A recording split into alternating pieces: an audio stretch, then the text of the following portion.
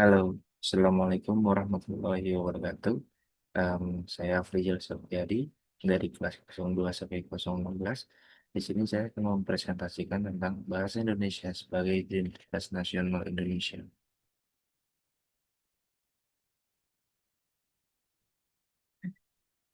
Indonesia memiliki lebih dari 700 bahasa daerah.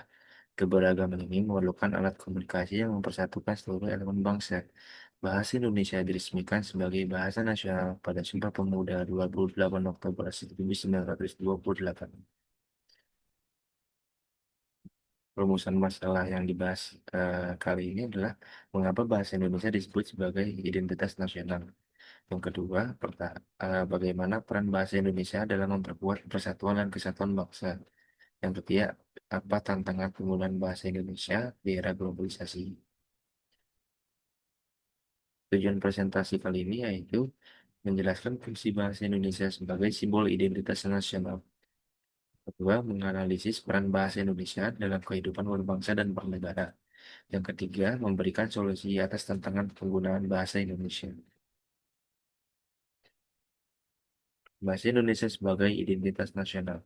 Bahasa Indonesia juga menjadi identitas nasional Indonesia karena digunakan dalam banyak kegiatan formal seperti pertemuan resmi, pidato, seminar, dan lain-lain. Bahasa Indonesia juga digunakan dalam pengajaran di sekolah, universitas, dan kursus-kursus lainnya. Bahasa Indonesia juga telah menjadi bahasa resmi untuk semua dokumen pemerintah. Bahasa Indonesia sebagai pemersatu. Bahasa Indonesia telah menjadi identitas nasional Indonesia selama bertahun-tahun. Dengan bahasa Indonesia, semua orang dapat saling berkomunikasi dan menyatukan semua etnis, suku, dan budaya di Indonesia. Bahasa Indonesia juga digunakan dalam banyak kegiatan sehari-hari dan telah menjadi bahasa internasional. Bahasa Indonesia telah menjadi bagian dari budaya Indonesia dan menjadi bagian penting dari identitas nasional Indonesia. Bahasa Indonesia juga digunakan pada tarian, lagu, maupun adat-adat daerah yang tersebar di Indonesia. Tantangan di era globalisasi, dominasi bahasa asing, terutama bahasa Inggris dalam media dan teknologi. Kedua, munculnya campur kode dan alih kode dalam komunikasi sehari-hari. Yang ketiga, kurangnya kesadaran generasi muda dalam menggunakan bahasa Indonesia yang baik dan benar. Upaya pelestarian dan penguatan yaitu yang pertama itu ada pendidikan bahasa Indonesia harus ditingkatkan kualitasnya. Eh, jadi kita harus menggunakan bahasa Indonesia itu dalam sehari-hari yang baik dan benar.